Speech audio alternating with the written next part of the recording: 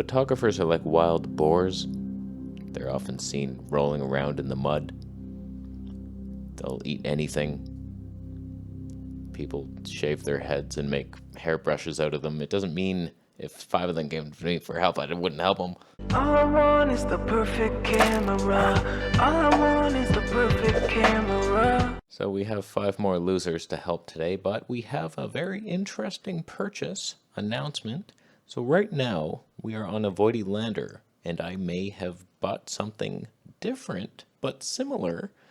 35mm 1.2, never in focus whenever I use it, but sometimes it could happen. So first, a little story about the nightmare of purchasing this lens, and then we answer the losers. So I see this lens that I actually used to own, but I didn't know what I had back then. Ian Corzine gave it to us, the Zeiss 35mm 2.8, and I only had the A6300 with it, so I never saw the magic. It was like a crop, Sony color science, I mean, come on. So I ended up selling that lens, so sorry, Corzine. And so I see it one day, and it's much cheaper than I even sold it for. I was like, wow, what's the catch here? There was no catch, it was a little scuffed, a little scuffy on it, but that's okay. Glass was clean, I'm in. So he gives me his address. I ride there, I say, okay, I'll be knocking on your door in about half an hour, buddy. And he's like, thumbs up. So I head there. I'm now at the house. It's a 6-unit house. He didn't say that. He didn't tell me what unit it was. So I was like, oh, okay. I have no idea how to contact him. I just forgot my phone at my mom's house, and I have no internet, even if I had the damn phone. So I have no way of contacting him, and I'm in a 6-unit house lost in the woods. So I intuitively thought, okay, I'm going to guess which apartment I think you're in as a mind exercise. So I pressed one button, and nothing happened. So I picked wrong, so I was like, okay, whatever. I pressed all the buttons. Am I in focus? I could be. So eventually, some guy comes out in his boxers, looking very bewildered, like he just did crack or something. A woman comes downstairs. She's looking afraid of me and the man who did crack. And then a woman comes home from outside. So like this tornado happened where 3 people came and none of them knew. I was like, I'm here to buy a lens. Do any of you have anything to do with that? And they're like, I have no idea what you're talking about. It's like, is there a photographer in the building? He would be the loser amongst you guys. Even the guy in boxers doing crack. The photographer would be below him asking for advice. And they're like, no, sorry. So like 2 people left. And then the one, I was like, do you have access to the internet? Maybe you can look up his ad and message him for me. And she's like, I have to go get my laundry. It's at my friend's house.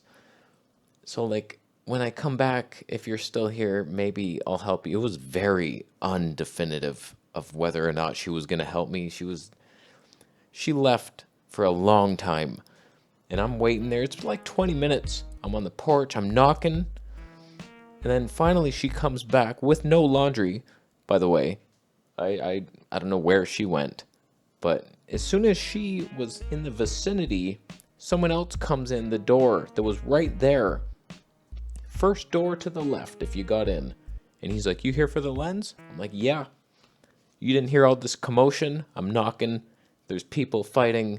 The guy's doing crack. He's selling crack to other people in boxer shorts. So I was like, yeah, we got it. So finally, I get in there and he shows me the lens. It's a little scuffed. A lot of scuffings on those marks, but I knew that going in. It's metal, whatever. No lens cap.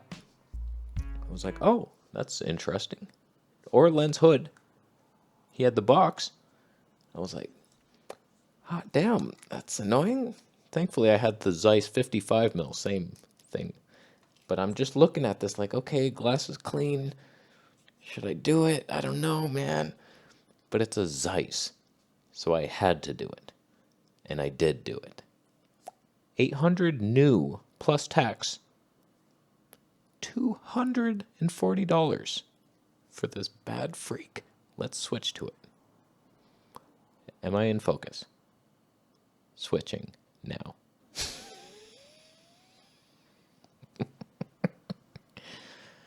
Zeiss magic is now upon us. Oh boy, we lost some Tonys, but I'm now in focus. And there we have that. Yes. One of these losers, we're going to go outside and vlog to answer him because he's a lower level freak, even lower than photographers. How are we doing? Curious, other than center focus, how did you like the Canon C100 Mark II image versus the others you tried? Looked pretty awesome when in focus. And 8-bit. I was surprised at how terrible it looked, if I'm being honest with you. I was expecting like cinema magic, a vintage Canon cinema line. It's like, oh my god, Canon color science when it was first invented for video. A camera designed only for one thing, to make people beautiful. And when I got the footage back, I was like, huh, that looks like cheap. It was just like the colors weren't amazing. I was kind of red in the face. And frickin' highlights, I don't know, man. Didn't seem to have like a ton of dynamic range. I was very happy that I didn't buy it. Once seeing it, I was like, damn, that would have been a huge mistake. The Canon EOS R full frame is just like superior in every way. I couldn't believe it. And I was just thinking back, like my Blackmagic Pocket Cinema Cam OG, I was like, that was the smarter choice because it was between that or the Canon. I was like, Canon color science, autofocus, if you stay in a box, shoulder detect. We all saw it. So I was like, I don't know, but I went with the Blackmagic and I'm like, yeah, that was the smartest thing I've ever done. Like a glass on that thing, it's like, okay, we're moving along. So it's like, yeah, surprising. And I kept getting this comment from, you know who you are. Every single, I hate the repetitive comment people who are just, they say the same thing every time, even if they're nice about it. There's one guy who keeps saying, great video, thanks for making it. I'm just like, want to punch him in the gut. So like this guy's always like, oh, wouldn't it be fun if you had the C100 Mark II instead of this thing, no matter what the video's about. And so I just like, I want to say to him, thanks for your terrible suggestions over the past year every day. Thankfully, I didn't follow your loser advice. Loser. Was there any actual information that I wrote down? No RAW in the Canon, so that's bullshit. When I switched to the C200 in RAW, I was like, holy shit. That's an image there. That was beautiful. Autofocus, not so much, but the image, fantastic. Big, heavy, hefty cinema body. It's like, wow, that would suck. A lot of things coming out of it. The only great thing would have been XLR mic. This mic right into the camera, and I'm laughing. Not very hard, but somewhat. Lenses. Kinda crop factor. So you're buying full frame L lenses, but with a crop. So it's like, I could have used my 24, it would have been a 35. A lot of shit. So thank God I didn't buy that thing. How you doing? Good? No? I'm outside now, and to answer the next question, we needed to vlog with the Zeiss 35mm active stable. He asked a vlogger-like question, and I have to get in the moment with him, be with him to know his mind. Any point in buying the Sony A7S III instead of the ZV-E1 for acquisition of the cinema? ZV-E1, much better deal, but no viewfinder, which is fine. Find a who? Find a who? It really depends. I'll tell you why not to get it is for that viewfinder and if you're in wildlife. As I have noticed, the A7S III is just fantastic as a wildlife cinema machine, and that viewfinder is everything. When I first started this channel, I was like, please remove the viewfinder, I don't care. If you're just like cinema, YouTuber stuff, vlogging, yeah, technically, like, you never need it, but Sony screens are so bad that it's hard to judge anything. It's hard to judge. So it's like some people shoot non-wildlife things with the viewfinder. It's helpful. When it's super sunny, can't see a damn thing. Even if I'm just filming myself and I want to manually focus, I look at that viewfinder, oh yeah, oh yeah. The Zeiss is the cinema. How's the Stabe? Is it somewhat usable? What if I brought a longer tripod? Uh-oh. Oh, vlogging on a 35mm lens was never easier. So, this is part of your question, trust me. You may have noticed that the Sony ZV-E1 is superior in every way to my Sony A7S III, and it's annoying as hell. The firmware team especially, oh boy, the A7S III is like a firstborn child just neglected. When the new baby comes along, it's like, oh, look at this. Do you want some food? Like, what are you looking at, Sarah? You'll get food in a minute, in an hour, with that attitude. We do have a glimmer glass filter on, by the way. The cinema could be ours. But like, honestly, if it was me today and I'm buying one of these, it's just the wildlife and that viewfinder. That's the only thing missing from the ZV-E1. It is superior in every way. It just has more fun modes, dynamic active. Imagine that was on right now. We're wide enough to handle it, kind of. It could be so much better. And like the focus breathing comp, everything about it is better. And it's probably not gonna overheat if you're responsible with it. I stopped it down to Tony 8, just as a fall color side test. You know what I mean? We'll head back to the studio, answer the rest of these losers. But like, it'd be hard pressed to find a reason to buy this thing other than the viewfinder. That's like the only thing. The ZV-E1 is so much lighter too.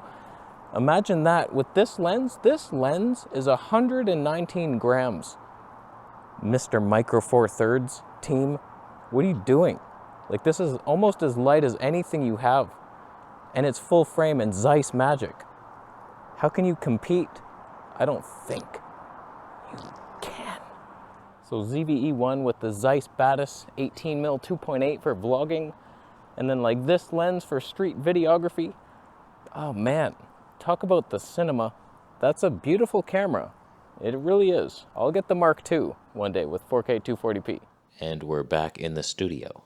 What a nerd. He tried to vlog with this lens. It's so beautiful. Who would ever do that?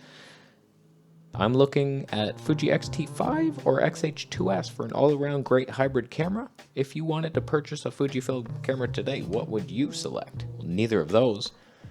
Stupid high megapixel T5 with the dials annoyance. And then the X-H2S with the worst 240 frames we've ever seen. I mean, if I was to enter the Fuji system as a mistake, I would say cut my losses immediately and just buy the cheap XS20.